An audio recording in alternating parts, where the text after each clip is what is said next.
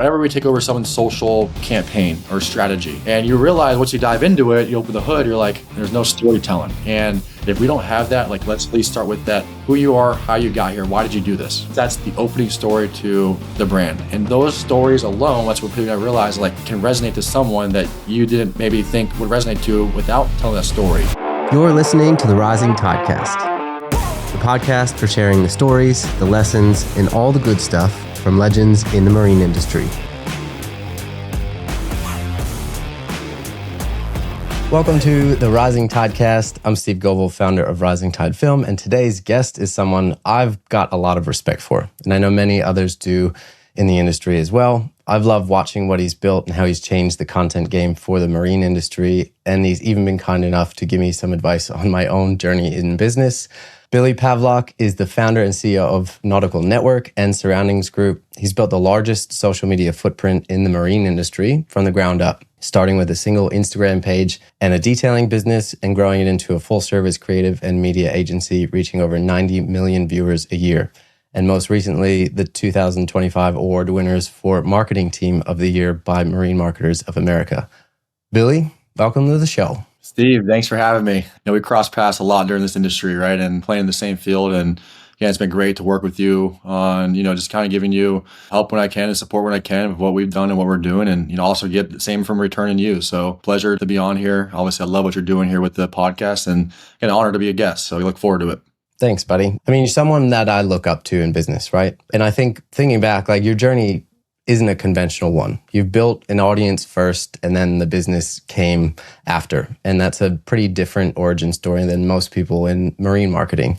So I'm interested, take me back to the beginning and share when you started that detailing business. Why did you start that in the first place? What was the opportunity that you saw? Yeah, so during college years, when you played sports, that was the focus, right? And everybody tells you school's really important. You got to get your grades and you got to get a degree and all these things. But looking back, I was there for football. I would almost take the easier way out on the educational side, which was a lot of people was marketing. It's a very just broad degree that you can get. And, of course, I had a passion for it. I liked it, but I didn't know what I wanted to do with it, right? And I really had no intentions behind it. And during playing football and playing sports at college, whenever you would come home for the summer times or your off times, you didn't really have to go work and make extra income. You would always have to kind of do odd jobs because you couldn't be consistent with, a career, especially working through college. And during the season stuff, it was difficult. So whenever I come home from college, I would all these odd jobs. And one of the odd jobs I did was working at car washes. And it was just an easy summer job. You get some good cash tips. And you kind of learn that trade in a sense. So I'll never forget when I got asked to build out in my marketing class, build out like a business through like entrepreneurship and marketing. I was like, hey, I'm going to build out a car detail business, car and boat detail business, And I remember this like my senior year of college. And again, I had no intentions of actually taking that business and running with it, but it was a class project that I built. And then as soon as I graduated and I learned, okay, maybe I'm not going to the NFL. Maybe I'm not going to go play football anywhere else. It's time to get into the real world. Let's work, right? And I learned real fast too, let's just give this business a shot, right? I kind of had the bones for it and I had a good trade skill set. And I also knew that car detailing and boat detailing would introduce me to the right people and, you can earn your way that way. So as soon as I graduated college, I started my own car detail business, boat detail business. I bought a trailer and I would travel the Tampa Bay area washing cars and stopping at office buildings, marinas to drop cards off. And again, very good at, at the time, social media and marketing to where the business actually, took off pretty quickly. But once I was kind of deeper involved with the business, you kind of make decisions to where you want to focus your time. And I learned real fast after a year doing it that there was more money and, more passion in the boating side of things. That's kind of what got me more introduced to the boating industry. And once I kind of got introduced to that industry, I fell in love, right? And there was something about the people in it, the lifestyle itself, right? I just never forget being younger and always be in the water with my mom and family when I could, and how much, again, it just brought people together. The lifestyle was so awesome. So being in the industry was really cool to get introduced to it, and, getting your feet wet, right, in the industry was, I started by washing boats, and, I kind of built my reputation that way as this very, reliable boat cleaning business. And sure enough, I got opportunities to go clean boats for some yacht brokers, and that's what kind of got me into yacht brokerage, because once I learned, I saw how they were doing it. They were selling boats. I'm like, hey, I can do that as well. So I kind of got into the yacht brokerage game as well. And that's the whole system. I would manage your boat, wash your boat, put it on a retainer. And then when you're ready to buy or sell, I'm your guy to do so. So that's what got me introduced to the whole boat sales side of things. And That's what really sparked the idea of the business model. Because once I got into boat sales, that's when I learned, back in 2018, where the industry was going and digitally. And really, the boating industry did not have a digital footprint at that time. But if you look at real estate side, which again, kind of comparable market of how transactions are dealt with and done with, and even the market itself. The real estate side there was so much more heavy digital presence being seen for homes for sale or luxury, real estate for sale. And, at this early stages of social media, like you would see true transactions happen in real estate. So I'm like, man, this should be no different for the boating industry, right? And that's what I saw the opportunity at hand was.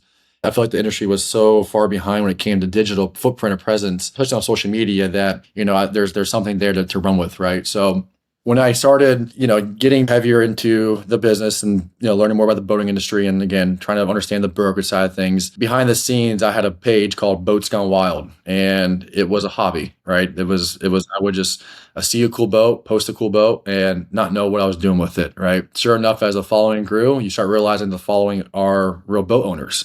It's crazy because again, I realized that, but a lot of the people in the industry didn't realize how important that was.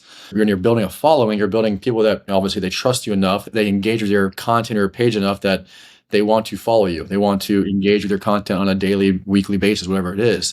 So when I started building a following, that's when it really obviously changed this whole dynamic and realizing, hey, not only is this industry so far outdated when it comes to digital footprint, there's not a lot of these, call it, influencers, right? Or these media channels from a digital standpoint out there, right? There's a lot of magazines still. And that's funny because that's where a lot of, I remember that's where the broker I used to work for, he would list his boats in a magazine. And I'm like, man, that's crazy. You're going to swipe through this magazine and hopefully they find my listing, right?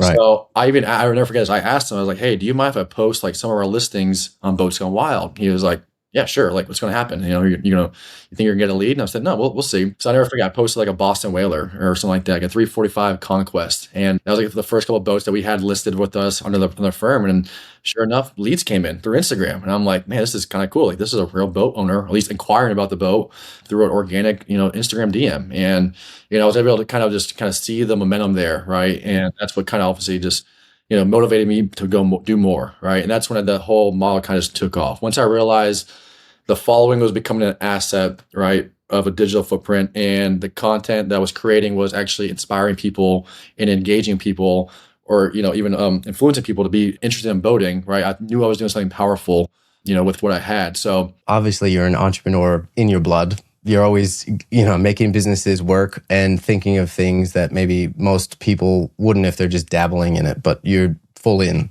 And even the way you analyzed and thought about how to leverage that audience and the account and stuff that you had and the work that you were doing, like where in the journey was the moment that you were like, oh, got something here? It was when a commission check landed in my hand. I think that's a physical moment. Yeah, that was the physical moment I can picture today when I truly got an ROI from posts on Instagram, right? And it was a beautiful ROI with a sold boat, right? Again, a lot of leads would come in. That's the thing about social, right? Early stages, you get a lot of people, right? People are engaging, they're curious, right? But it's not really turning into anything. And I probably definitely committed to that for a good solid year. And again, it was what I would do was just post boats, and I would just be at the right place at the right time. I would be at certain marinas. I had a passion for what I was doing. If you look at these guys today, like people will set up inlets and like record boats go by the inlet. Yeah. That was me. That was me, 10 years ago. Like awesome. I would just see boats out there and I would capture videos. But I knew the market so well that I would see a boat pass by. I'm like, hey, that boat's for sale. Like, let me post it for sale, right? Of course, there's bylaws, all these things you got to be cautious of. Like, is it a co-brokerage boat? Where these boats are for sale? Can you advertise it and all these things? But, I just played the guerrilla marketing of, hey, let me just list all these boats that I saw, knowing they're for sale. But I would say the aha moment was, leads would come in. I'll never forget the transaction happened. My first boat sale was a Mystic power boat. I think it was like $700,000 boat. So bigger, nice performance center console. We posted a boat on Instagram, again, organic post, didn't put any dollars behind it. And I get a DM from some guy out of the country. And he's like, hey, so-and-so, hey, Boats Gone Wild, I'm curious. I'm interested about this boat. Can you call me? And I legit remember at 10 o'clock at night, picking up the phone on Instagram, seeing his number on Instagram, calling him and saying, hey, this is Billy from Boats Gone Wild. And I'd never forget, he goes, oh, wow, you're a real person. Like, this is so cool, So once you realize, like, I was legit, he obviously flew in within the next 4 days, and he spent 2 days in Florida and ended up walking away or driving back with a boat. And you still work with Mystic now too, Now, right? yeah, fast forward today. Now, Mystic's one of our obviously one of our valued clients, where we now handle all their content, social media, and I would say he's in good hands, because we can touch his target market. So that's when I knew I had a proven concept. That's when I knew I could take this to any brokerage firm, any brand, and be like, hey guys, like here is a true transaction that from my efforts on social media and posting my content, right, I was able to get an ROI. That's why you should do it too, right? And again, that's the thing I was pushing out there. It wasn't like, hey, you have to use me. I was just trying to even build the value of like, people need to get on social media. You guys need to be building content. You need to be creating content because you never know who you're going to attract through this content. You're doing something new at the time that didn't really have a market or a business model or anything. Like, what did those people around you think of this idea and, sticking with it for a year while you're not really seeing the return, but you're spending a lot of time, obviously, building it? And then was that the same kind of moment that they were like, oh, wow, no, it's actually, you're doing the right thing? Yeah, especially not having to, when you get out of college, it's funny. I talk to even the younger generation now, like when you go to school, like they're not lying. It's the real world, right? And you got to fend for yourself. So yeah, the boat detail business would help pay bills, right? But I wasn't where I wanted to be, right, in life. But the close friends, the families, my girlfriend at the time, my mom, of course, they are very strong believers. And shout out to my wife because for her to stick through what we've gone through in the early stages of this business, right, and seeing it through and throughout, it's impressive to see. Because again, that fact that she's obviously very passionate about the industry as well, and obviously what I do, she stuck through with this whole thing with me, and I applaud her because again, a lot of people probably wouldn't have, because what you kind of said there is exactly what happened. You had friends that were like calling you crazy. You had your mom at some points telling me to get a real job, right? I heard that so many times because what I was doing is so non-conventional that like no one's really doing this. Like yeah, there was influencers and stuff like that, but no one was truly building an agency based off this way, right? I knew what I had was going to work, and I was so passionate about it, and the vision felt so clear to me that I just told everyone to trust me. Like, let me keep doing what I'm doing. I really believe into it. And again, that's the thing, was that so many scenarios got so close. Like so many home run moments were so close to happening that, of course, that's what excited me every single day, right? To get to that home run, It's getting closer and Yeah. closer. Yeah. What do you think it was that you saw in that other people weren't looking for? I think it was just the power of what I had in my hand, right? Is my phone. When I would see DMs, like the interactions I've had with people, when you have professional athletes or famous people like liking the content, I just knew there was something there, right? Did I know what it was? No, but I had a feeling like, man, what can you do with all this, right? It was those items that really allowed me to again wake up every day and be like, hey, I don't know what the end goal is going to be here because again, it's so unique, right? But I know I have something. And that's what I kept telling myself. I know I have something. I know I have something here. Let's build this thing out.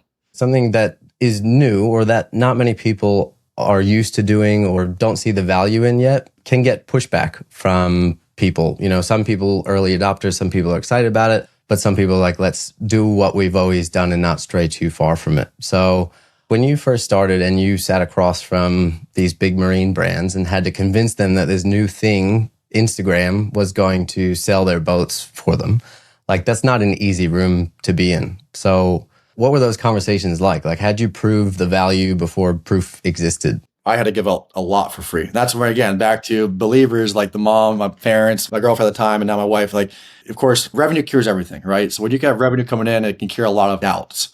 But at the time, I did so much for free, right? And I had to do it for free because I just knew, like, if you give the value out, right? I'm always a big believer. You can give the value, right? There's going to be something in return, right? Especially if it's valuable enough that someone wants to pay for it.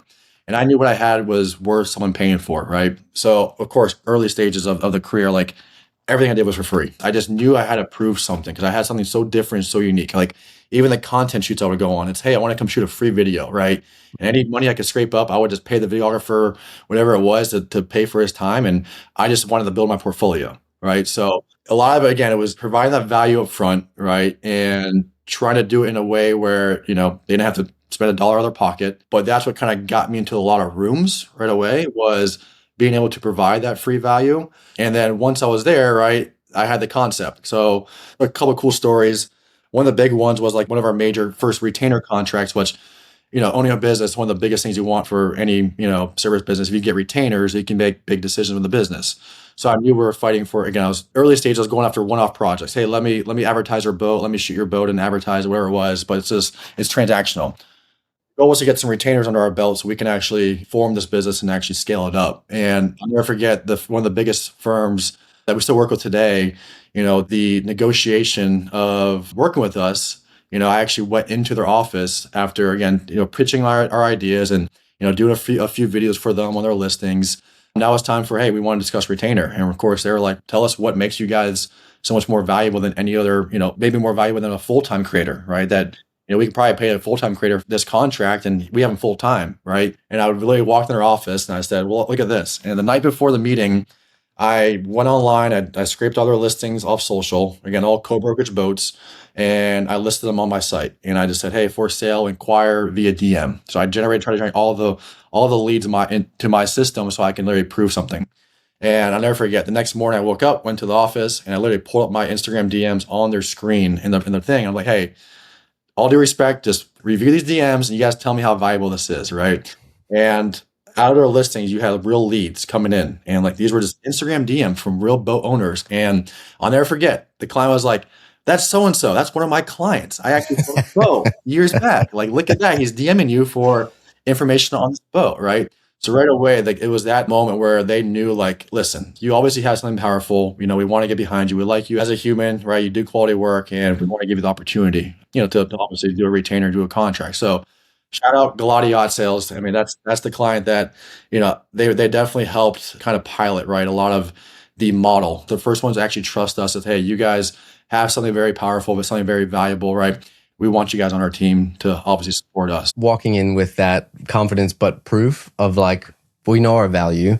And I mean, there wouldn't be a business in the world that would say no to that. That's awesome. It was really the only way, like you kind of mentioned, it was, how did you prove these things, right? I told you it was my phone. I had no choice to prove what I was selling, right, without showing them like, well, guys, look who's following me, like who's engaging. Like it was so crazy to see like the people around the world that were interacting with my channel and with my content, and like, they would come to me for everything. Hey, I'm interested in XYZ boat. Like, tell me more about both boats. And like, you would just spark so much conversation with boat owners. So again, that's what I had to do. I had no choice but to, that's the only way to prove the concept was physically pull it up, whether they took my phone or not, like just, you guys can view it for yourself, right? That was the proof of it. So. And was that while you still had the one page, or do the new pages come after that? Yeah, I think at the time that was just the one page. That was just strictly Boats Gone Wild. That was the one page. Yep. I also remember you telling me about how quick you'd get qualified leads to brokers. That was another great proof point. Take us to the first time that happened. Where were you? Who were you shooting for? Sure. Yeah, I was again, one of the Galati listings. I think it was a Sea Ray. I never forget this because one of my colleagues, Sean O'Donnell, who's been my right-hand man through this whole thing as well, especially helping with the social side of things. But we were on a Sea Ray listing. I was doing the photography, videography for the broker. He was doing literally just behind the scenes, iPhone video content, micro content. And again, he wasn't live streaming, but he was literally putting live feeds up on Instagram stories. And sure enough, someone calls a broker as we're on the boat. And this is going through, again, because as we're on this listing, Sean's getting the information, putting it out there on Instagram, asking the broker, hey, what's the year, make, and model? What's the price? And the people would engage, and you ask the broker for his information, and the broker gets a call on the boat. And he's like, hey, he's like, I'm inquiring about the Sea Ray. And the guy's like, the boat's not even on the market yet. How do you know about the Sea Ray? And the guy's like, oh, I saw it on Instagram. And like, I'll never forget, like, he was like, how the hell did that happen? Like, how did you guys get a potential lead to come in, right, while we're being on the boat? And then the reality was, it was just the power of social media at the time, right? And, again, back to, again, social media itself as the boating industry, like, there wasn't a lot of channels doing it. Now, today, there's a huge ecosystem of pages and brands out there, right, all done a good job. But like 7 years ago, like it was only a few of us out there. So like you kind of control the market when you put listings or something new out there. So again, it was super unique to see those things. Yeah, it's amazing. And you've helped shape that. I mean, that's the great thing about this is like, yes, it is different now. The reach is different. Like, I don't know how often that still happens now. Maybe it still does. I don't know. But the whole, I guess, idea behind it and seeing the opportunity is amazing. And so tell me more about those other opportunities that you saw, like for the other pages and stuff. How'd that evolved? Yeah. So of course, the main focus was, of course, Boats Gone Wild, right? And of course, when we got some retainers and got some clients under our belt, and we kind of had just a model, right? Hey, we were offering, I think the early stages of what we're doing was this, we'll come offer production. Well, first, before even production, it was, hey, we'll just advertise our boat, right? We were another, call it a listing platform, right? For more exclusive listings, right? And my original target market was, I thought of Boats Gone Wild. I thought of these super high-end, performance boats, center consoles, your 4-engine at the time. I don't think there's that many 5-engine boats by the time, like, quad engines was the most. your four engines, triple engine boats was what I wanted to focus on. These high Mhm. performance, super cool, like, All the wow factor. yeah, the wow factor. So that was always the boats gone wild mentality. And that was my focus for the majority of the time. But of course, how we started building these things out and focus on the model, which was, hey, we'll advertise our boat, whether we come out there and shoot iPhone content or whatever it was, or you guys send us the content, we can advertise it. Then of course it transitioned to understanding the need for content creators to get into the industry, right? Because I think at the time there was a lot, just it was more photo focused, right? So you had a lot of photographers, but not really video focused. So we saw a huge need for that. So we opened up the door to obviously get in, learn how to create content, how to fly drones. And like I said, early stages, I would hire my buddy that never flown a drone or never been on a boat. And I'm just like, listen, just trust me. Like, I'll direct you, I'll help you out, right? Yeah, So trust me. Wear this helmet yeah, and hold yeah, this glove. exactly. Again, that was our core model, right? We can come shoot your listing and of course advertise it. That being said, we would obviously opportunities to shoot boats or advertise boats that were kind of outside of the brand of Boats Gone Wild, right? Whether it's a wakeboard boat or a actual sport fishing yacht or a just old motor yacht, whatever it was, right? It didn't really fit the vibe, right, that I was trying to carry with Boats Gone Wild. And I'm like, how do we go now partner with pages or go start acquiring brands, right? That we can now potentially rebrand into that niche or that community of the industry. And again, people would actually request, because I was, through community engagement on Boats Gone Wild, I would ask, hey, what kind of boats do you want to see more of, right? People would say, hey, I want to see more fishing boats, right? So it kind of my mind is sparked, like, how do you build out these micro communities? And I would actually go acquire acquire Instagram channels. And these would be other boat channels that have a very small following where they have just enough momentum that we needed, or it'd be a fishing channel that was more fishing specific. But hey, once we acquired it, we rebranded it into an actual boat page. So we would go buy these sub pages out and we rebranded it into these micro communities, right? So you have Sport Fishing Network, you have Wake Boat Network, you have Performance Boat Network, Yachting Network. So as we all know, it's the industry. Yes, it's a small industry, but we all understand, like, we all have our own audiences that we want to go attract, right?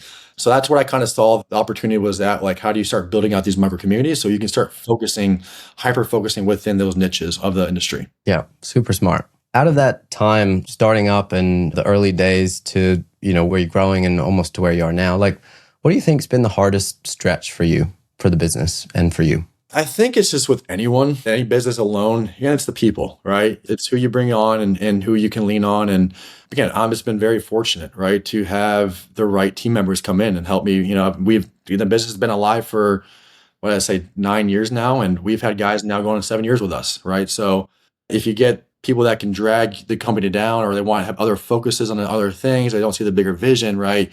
It can slow operations down and slow down momentum and slow down reputation of your business. And yeah, that's a big part of, like, where we've struggled in the past is, like, again, you're just trying to get that right team in place. And again, once you kind of get these, I feel like these certain phases of foundational teams, like, you start realizing, again, once we got the leader in the creative department, you start seeing a increase in our creative department now, momentum going, because now you have a leader there that can control a lot of these, other creators, right? And the leader you put in that position, right, he's gone through probably the same lifestyle a lot of these other freelance guys have gone through the ringer. Where, like, hey, I love creative, right? I love shooting content, but I tried to start my own business, but I can't get it rolling. And they realize too, like, running a business can be hard, especially when you want to be a freelance guy. You have taxes, you have operational expense, you have a lot of things that you probably don't account for when you're looking at the freelance world. So again, finding guys that can share relevancy, I feel like, to a lot of the other people that we wanted to hire and be around was the most important thing, because I didn't have to sell a business. I had really my leaders now, right, being able to get guys bought in, right, and get guys committed to the team, which of course that's what got us to where we're at today. I mean, again, Right. it's the legit that I always said it. You build the people and people build the business, and that's the reality of it. We chat about that. It was a question I asked you on one of our first calls ever together.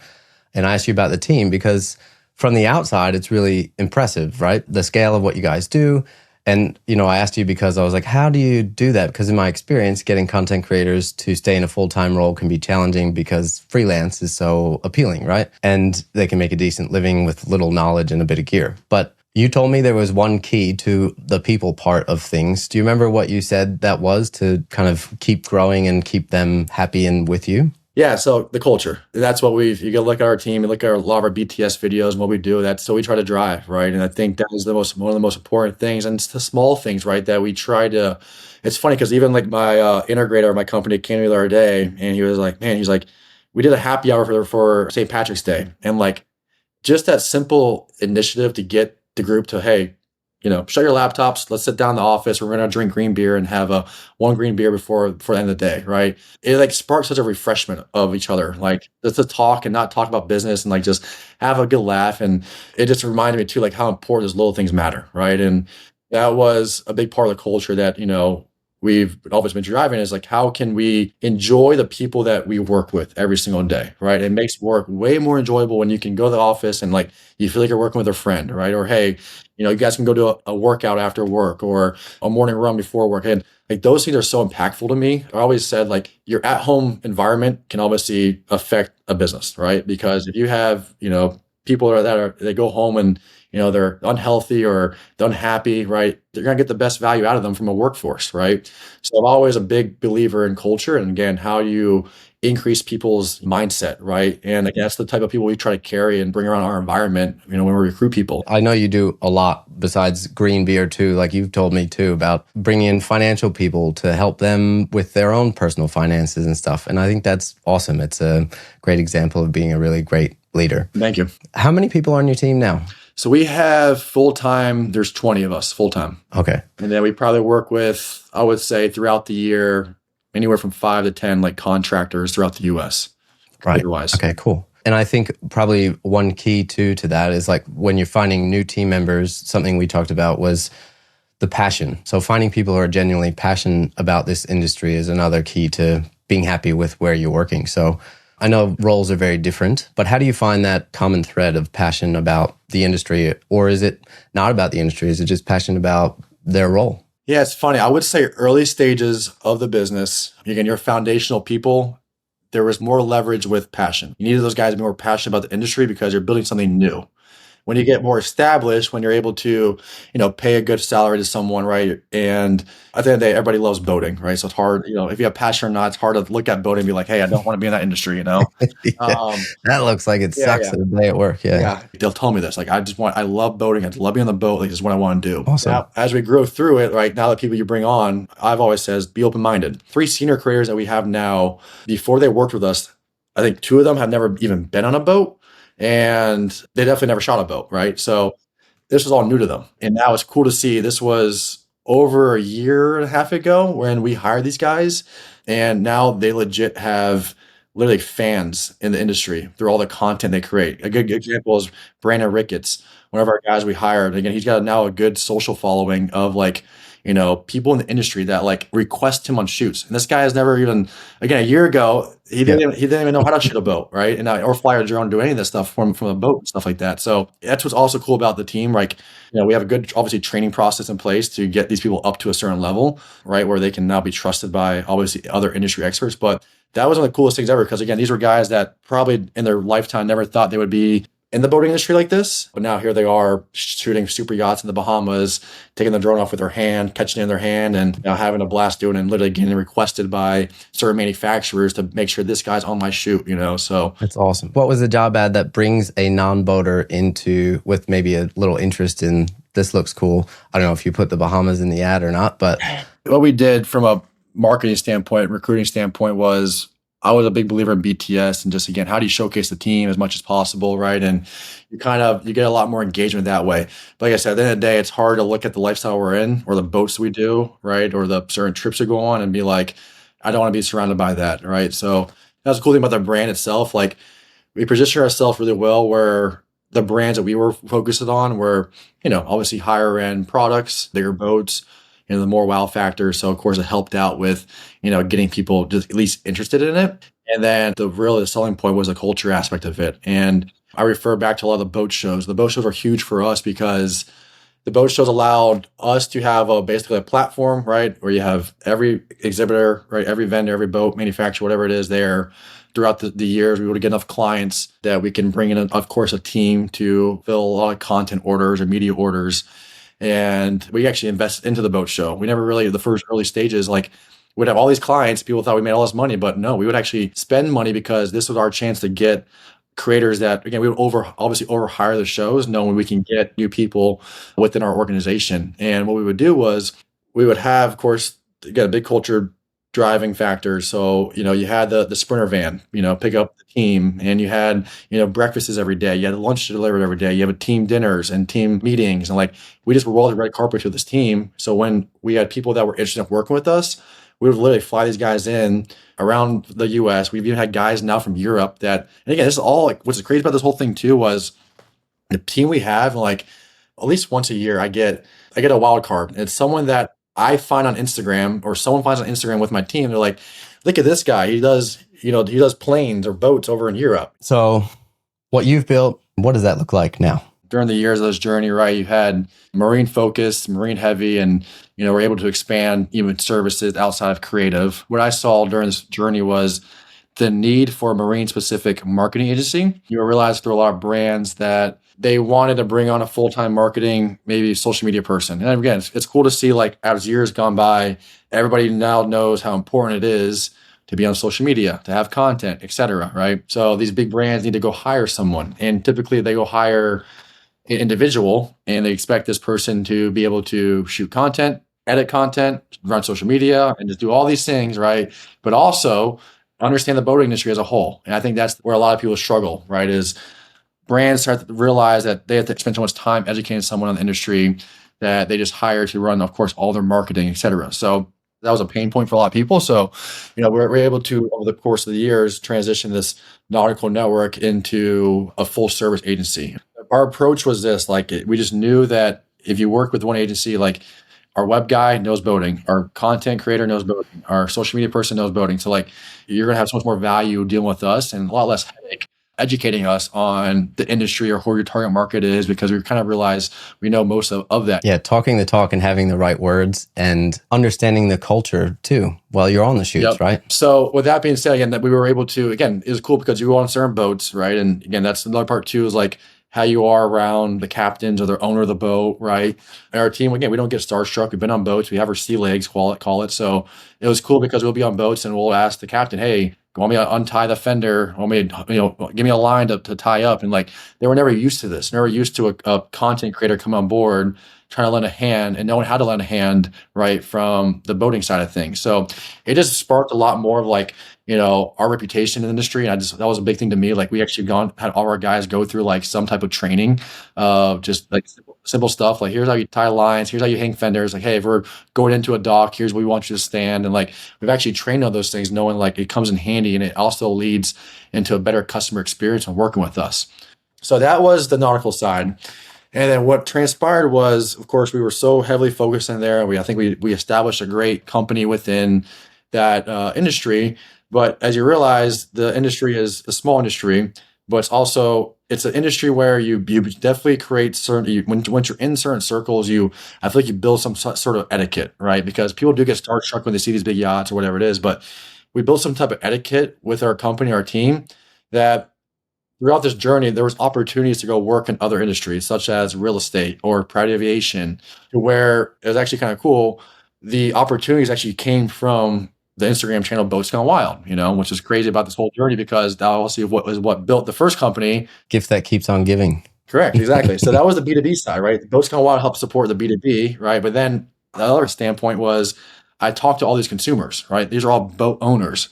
Of course, you can afford a boat with quad engines, 3 engines, whatever it is. You're probably doing something well in your life, typically running a business of some sort. So really a lot of the engagement to create a new business, which is now Surroundings Group, it came through literally me connecting with boat owners through those social channels and what we were doing Nautical Network. Once they realized the target audience that we were dealing with, we were introduced to other verticals, such as, of course, luxury real estate and private aviation. So we got offered opportunities. Hey, we love what you guys are doing Nautical Network. Could you guys come shoot maybe one of my properties, right? It was a real estate developer. And rather than passing it down, we're like, yeah, we would love to shoot your properties, but like, let's figure out a way to do it without Nautical Network. So I formed a new company called Surroundings Group. And now Surroundings Group, of course, is now I call it your parent company, which is the broad marketing agency as a whole, where we focus on, obviously the luxury vertical. So obviously the marine side of things, which is Nautical Network. Then you have the private aviation side, the real estate development and real estate side. So we do a lot with real estate developers, pool designers, architects, interior designers. Then we found a niche within the property management space. So like luxury high-rise communities, like apartment complexes. We found a unique niche within those industries.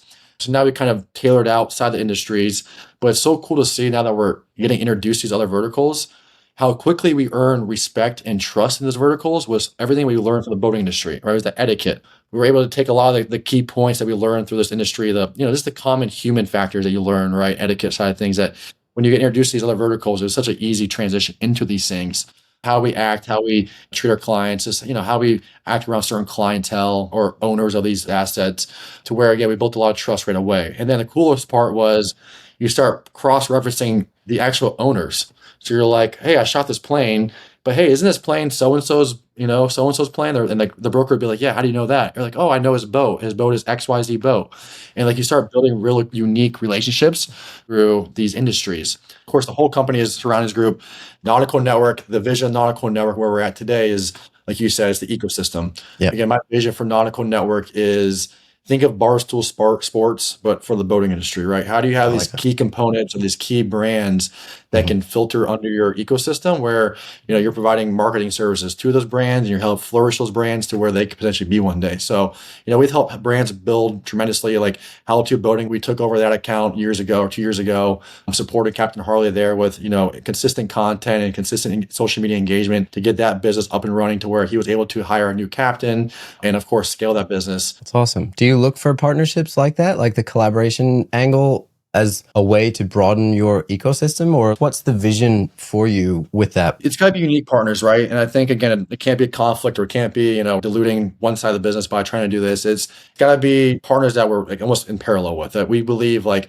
with our services and our values, we can amplify your business, right? And we're also big believers in your business to where whether we have a stake in it or we know we're in parallel with you, we can support you, we're both going to benefit from it. So good examples like the How To Boating instance where, yeah, we're supporting growing that brand, but we also now supporting with the initiative of safer waters, right? So Right. getting behind those sort of things is very helpful, right? So when you're talking to manufacturers, you can now pitch this business's services or this business, social media marketing, whatever it is that he wants to offer, right? You can now pitch their services to our internal clients as a whole too. So you get to be a connector too, which is awesome. Yep, absolutely. And that's a big part of it. And what you realize too, a lot of these brands, especially the unique ones like the how-tos and then like this marine source one and these other ones in our ecosystem, especially if there's a startup company, they don't have all the tools or resources yet, or even the content to scale quickly, right? And of course, we want to get behind the business. That's where we open up our floodgates. As I say, hey, like you get our entire team, you get, all our content, whatever content we can share, and you get basically our distribution. So we know we're going to help you grow your channels through content. We know we can capture, unique content for you too. And we help basically scale these businesses by leveraging what value we provided over the past few years. That's a huge advantage over just being a content agency. You get to be so much more to them than that. And the connection part's probably huge, especially in the higher end of the market. And the collaboration part's really interesting too. I was thinking about this because, even for us, like we both produce content for the marine industry, but what we do is complementary. So you guys do really well, high quality content built for volume and visibility at scale. And then what we do is the brand storytelling, emotionally driven content that's more handcrafted and harder to template. And I think both of those together, no bias or anything, are a really compelling combo for, for a brand. So have you seen that work well for brands? Like when you go and work with a new brand, what have you seen with reach and story combined? Whenever we take over someone's social campaign or strategy, right? Someone comes in like, hey, we want you to run our social media and take over the content strategy. And you realize once you dive into it, you open the hood, you're like, wow, this brand has been around for 20 years and there's nowhere on there that tells you who they are, what they do, and how they do it. There's no storytelling. And what we always try to open up with, like, those are the basic things. Let's start with that, right? If we don't have that, like, let's at least start with that. Who you are, how you got here, why did you do this, right? At least that's the opening story to the brand. And that those stories alone, that's what people realize, like, can resonate to someone that you didn't maybe think would resonate to without saying those things or telling that story. So just making those key initiatives or investments into getting a brand story or getting stories about yourself told can definitely resonate to people that you probably did not expect, to where it opens up the doors right away. It also builds, of course, we understand trust and credibility. When you can tell a story and you can tell where you came from and how you support clients and their value props, again, right away, you're connecting the dots with a human figure on the camera to where you're building trust and credibility without even really thinking about it. Yeah, it shows you understand them too, right? And it's great to have that as the foundation. And then once people know about you and know how you fit into their lives, right, then all of the rest of the content resonates at a different level and it performs differently. The brands that you work with, when you come in and you take the hood off and you see that there is a story there, right? They have done that work. How does that elevate what you guys do? Like, how does that grow the possibilities and the reach? Or does it not impact it that much? It does impact it because I feel like that's the hard part, right? It's getting that story told and, that content's established and that brand established. The easy part is now this, again, what we believe in is we understand the biggest variable to creative and success is we like the volume aspect of consistency, of volume of content. That's the fun part when you can get these short pieces of clips, right? 8 seconds, 10 seconds long that go viral and the Instagram changes from, 1,000 followers to 5,000 followers because of one video. That's the fun stuff. That's where I hate to call that the easy stuff, but like if you're seeing success and intent with the content, we love it because if we have something already established with their brand and their brand story, it makes our lives easier because now you can always pull back into that messaging of who they are, why they do it. Again, if we just take over a channel and they're like, there's no strategy or no like story to be told or was told, it's a lot harder because you're just posting content and there's no intention behind it or nothing to fall back on. Like, what's our messaging behind this? Like, why are we here? How did we get here? Like, what is the value of what we've done? Like, why should people buy this product? Like, our drone reel of your boat is not going to solve that problem. Like, we need you guys to tell that story first, and then let the supporting content be the fun stuff that we create, right, for it. When you sit in rooms with these big brands and you get to do a lot in planning, and what's one of the more common things that you see across a lot of marine brands that they get wrong or they don't understand about how social works and how to reach their customers? Yeah, I think it comes down to, again, I think the content. And I think that's the number one variable, which, again, you're not going to have any successful campaign at all if you don't have the content to show for, right? And you got to be consistent with it, right? If you post once a week, you're not going to have enough consistency to actually get momentum, right, on social. So some of these brands, again, I think what all these brands have realized today in 2026 is they know they have to be on social media, right? They know their competitors are already probably light years ahead of them. They know it's going to be hard to catch up, right? And of course, they scramble because they don't know how to get there, right? But what happens where people get left behind is, yes, you can strive for perfection, but you can't always just expect everything to be perfect, right? And I always go back and I don't want to bash the European market, but that's one of the markets that, again, all due respect, like they are, if you look at the boats, if you look at the video content in Europe, they wait for the perfect lighting. They wait for the perfect day, the perfect cloud break, right? Just to get that perfect touch that, again, totally respect it, totally love it, right? But with the fast moving market that we're in, especially in the US market, these brands don't have time for that, right? Right. Just to get the perfect environment every single It's like focusing more on the art, which I guess it does go hand in hand a little bit with the European countries and stuff. But yeah, you're right. Like volume and consistency is a huge thing. I mean, I've seen it myself, like moving here, I paused the podcast, didn't produce as much content, figuring out the market and all that stuff. And like we were growing on socials, but then less consistent, and then the growth kind of fell off. The biggest variable is that content, right? Getting the team, whether it's hiring someone like us, right? Just investing into the content. That's where a lot of these brands they try to get shy on, right? It's funny because like there's a big dealership that everybody knows that we're talking to us right now, and they're like, we got all these brand new boats in stock, and our dealers are like hesitating on shooting content because they don't want to spend the budget on like. Of course, the dealers, like the main people are like the corporate side, they're like, it's blowing their mind because they're like, guys, these are what we got to sell. Like, you got to somehow get content on these things to get them out there. Like, it's more than just your iPhone. And like, so I think the big thing is, again, these brands got to realize they got to start investing into, creators and getting as much content as they can. Because again, the other thing too is you never know what little piece of content would change everything, right? Whether it's tapping into the right circle of boat buyers, right? Or getting that one buyer that buys, one new boat every single year. Like, you'll be surprised. That pays for your entire marketing salary potentially by just potentially getting that one piece of content that transitions some guy into or woman into a family into this boat that you're trying to sell. And that's 100% aligned with like the value that you guys bring to the table, right? How many million viewers a year do you get? Last year, we reached 250 million people across the globe. Just again, combined followings. Very fortunate to have the case studies. That's what we were able to accomplish over the years. Is again, a good recent one is Pardo Yachts. They reached out to us and like, hey, we want to advertise before. I think it was the Miami show. It was We want to advertise before the show, but hey, we don't have time to shoot the boat. We're out of time. Like, we just can't get it done, but we have all this content. Can you guys edit it and do your project, right? So of course, what we do is we always kind of QC the work, and we're like, hey, is the content good enough that we want to put our stamp behind it with an edit? And yeah, very fortunate enough that it was. And we edited the video, and the goal of that video was to distribute it on our channels, right, across our network. And again, what we do is we collaborate with that brand, and whatever that call to action, that initiative is, which for this Pardo one was come to our, again, sign up for a showing at the show. And sure enough, one of our signups that came through our network that signed up for that thing bought the boat, a Pardo 72, I think it was. Amazing. Again, off this campaign.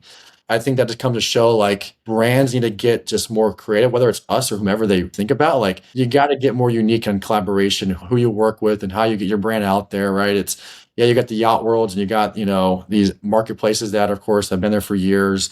But again, how do you stand out? And that's kind of where these brands need to start realizing, how do you just stand out just a little bit more with your brand and your product to get to the more eyeballs? What are some things that you suggest or have seen that brands can do to do well with content, even with a limited budget?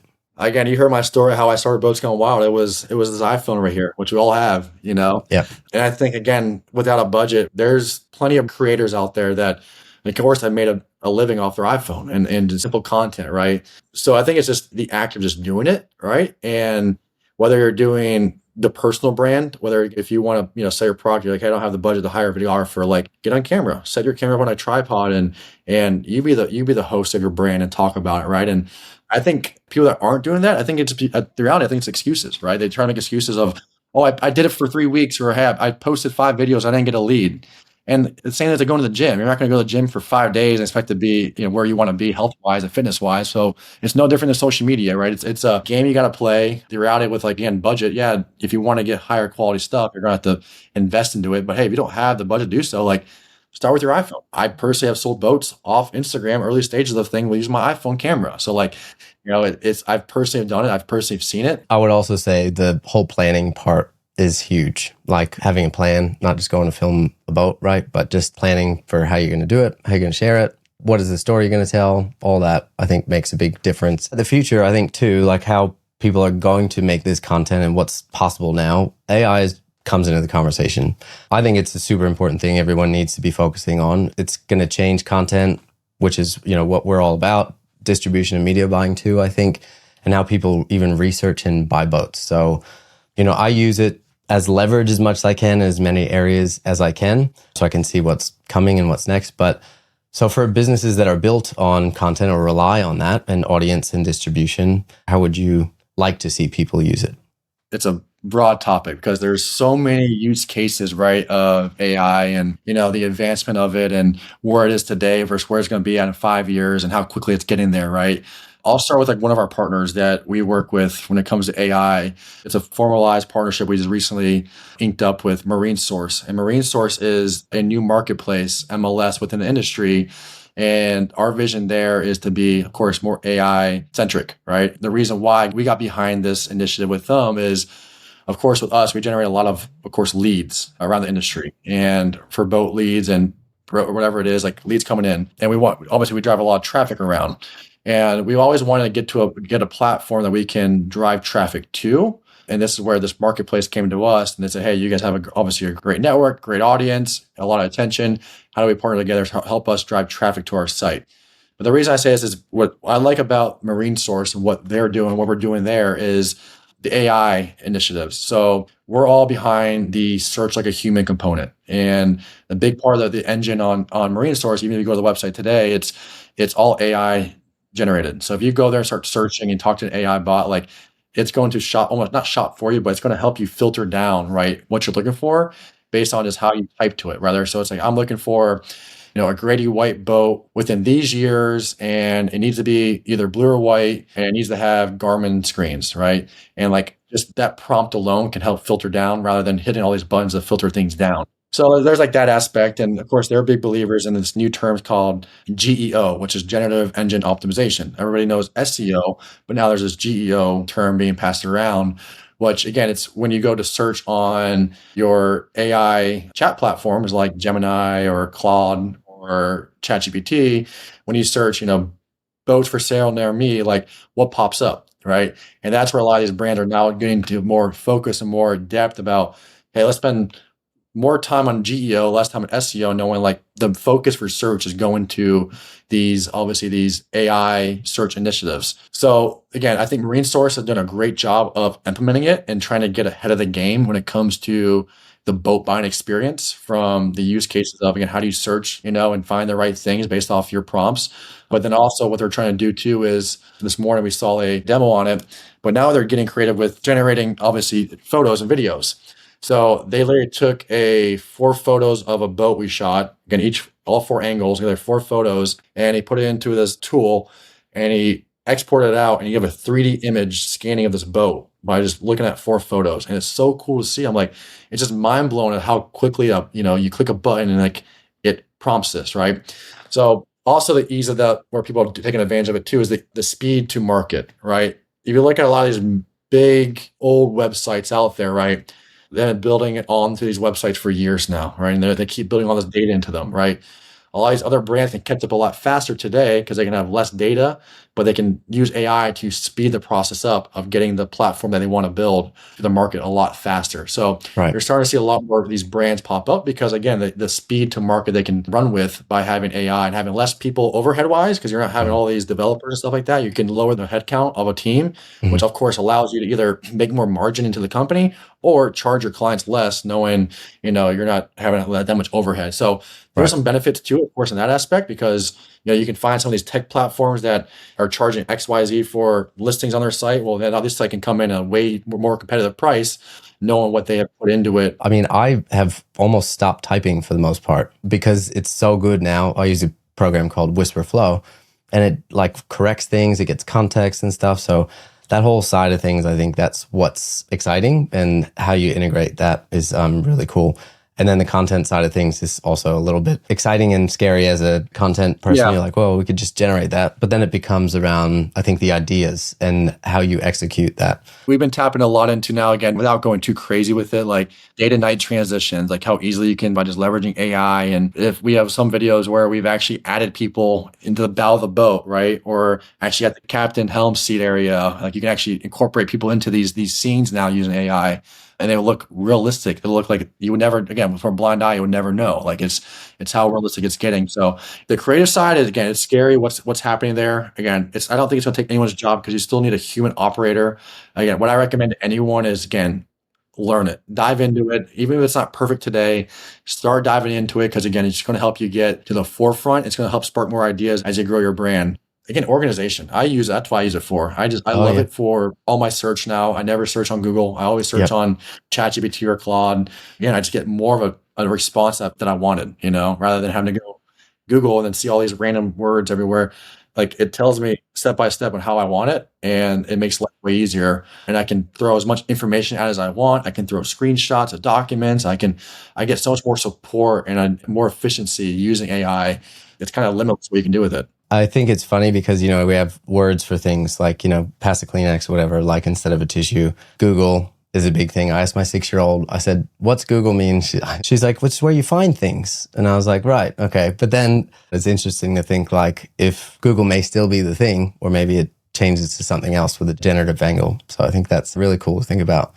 If you had a newer boat brand and they were launching and had a couple new models, what are some of those first things, like content-wise, to help them with a successful launch? Well, Steve, I would tell them, first hire Rising Tide for a brand story. That's Hire not why I Howard. asked, but okay. So I think it comes down to who you get involved with it, right? Whether it's certain boat media channels or media outlets. I think regardless, right, if it's call it a semi-established boat brand where they maybe build, I don't know, they call it 15 boats per year, compared to like a massive brand where they have a huge community, huge following, everybody knows them. They want to pull as much people as possible, right, into this community, to see their boat. It's hard to do it on their platform, because they're their own community. So it's hard to get new people outside into this mix to get interested in this product. So I think, again, we've kind of touched on it earlier, but in today's age, I think it's the big part is the collaboration, right? How do you get specific individuals, right, that you believe carries a foundational audience or following that you want to tap into. How do you make it fair for that creator or that influencer, whatever it is, that brand, that outlet, right? You make it fair for them, whether you have to pay them for it or you have to barter, however you want to structure these things, right? And you find there's many use cases of how you can get collaboration set up without even trading dollars, which happens all the time. You can get involved with certain people that can also spark your brand. Let's just use Regal boats, and they have the new wakeboard boat that came out, right? How do you get a professional wakeboarder to come do a full-on test on your boat, right? Yeah. And talk about your wake, right? Like that's going to open up the door to who you want to attract, right? All of Right. your competitors, audiences, and that's who you want to be in touch with. So again, when brands try to do it on their own, that's where they struggle because you're only tapping into your own network, right? But if you start leveraging other channels, other outlets, other partners, right? Other vendors, other creators. It's funny because like we have competitors call it that, people see us as competitors, but I'm like, I tell my own clients, like, if I had an open checkbook, like, all right, I'm trying to build my boat brand, like use us, but use all the other competitors that we have too, because they have a following too. Like be everywhere if you can be there, right? Right. If you have the budget, like try to be everywhere, right? Get every platform opportunity to come test your product, to come view your product, to come touch it, feel it, give their feedback on it, because that's what's really sparks all the engagement, gets your brand out there from masses. And then you'll be surprised of like where new leads come from, right? If call it center consoles only, Alan there post a YouTube video about your boat, and you get, engagement there. And then we post something on Instagram and gets engagement there. Like you have two different funnels of audiences, tapping into your brand alone. So I think a lot of brands either get a misconception about, I call it influencers or outlets or channels, right, that can support the amplification of their brand or what they're trying to accomplish. But I find it interesting when I see a brand just launch a new boat and they just launch it on their own surface, but they don't allow the masses to come touch it, feel it, see it, unless they take it to a show.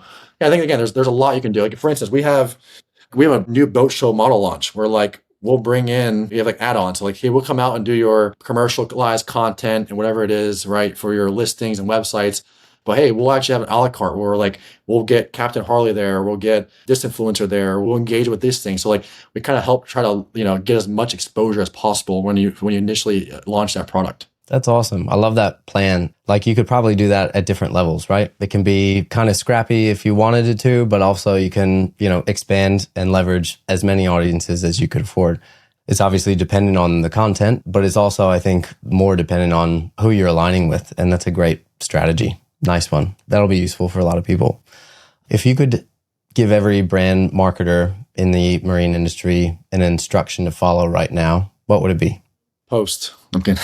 Just post. Just do it. I think be open-minded. Again, back to that collaboration aspect, right? I think there's some marketing execs out there, right? They feel, one, they have a pressure to obviously execute, right? And if they use dollars unwisely, then some feels like they get, blamed for it.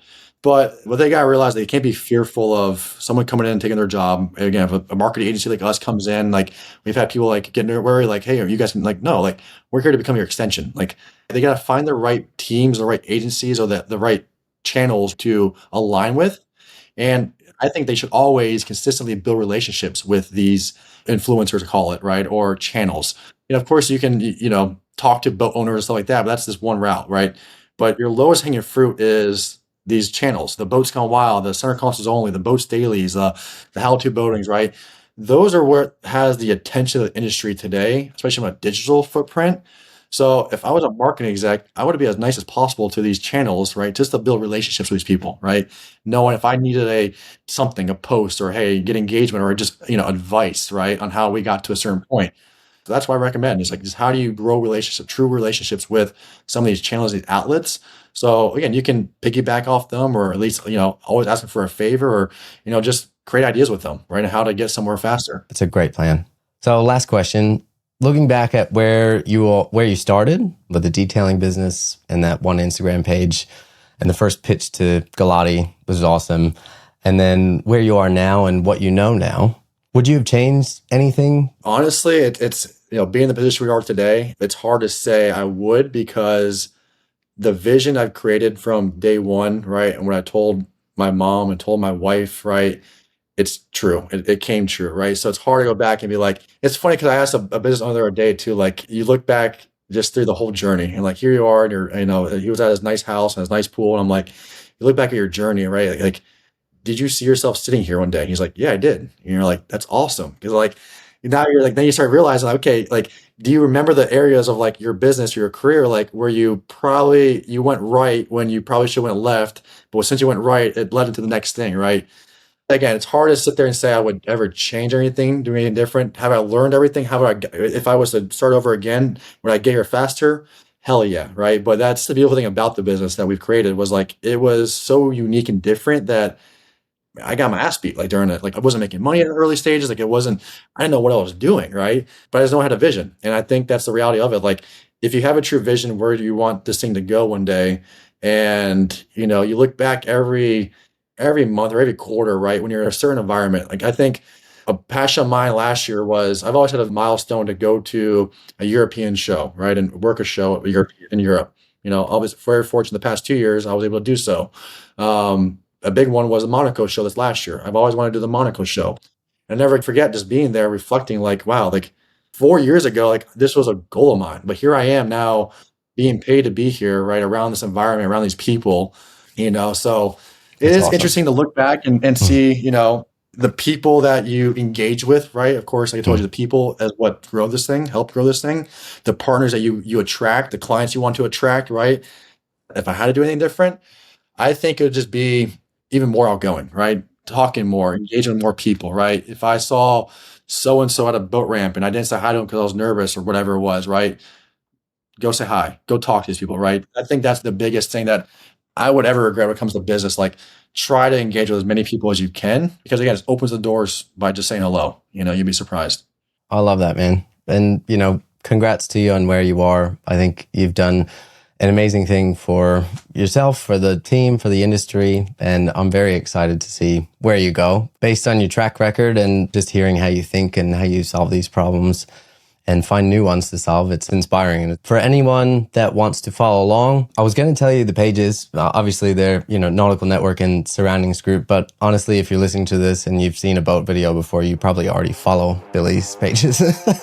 So where can people go follow you, Billy? Nautical Network and Surroundings Group, those are the parent pages. From there, you can kind of look to the highlights section or look to some of the posts and see the more conglomerate group of channels. My personal channels, it's, just search up Billy Pavlock. I have a personal channel there, and I post my family, kids, and my experiences as well. So if you want to follow along. Awesome. Well, if out there you enjoyed listening to this and know someone that would also love to hear it, share it with them. That's how we grow. Thank you again, Billy. And thanks for listening to the Rising Tidecast, and we'll catch you on the next one.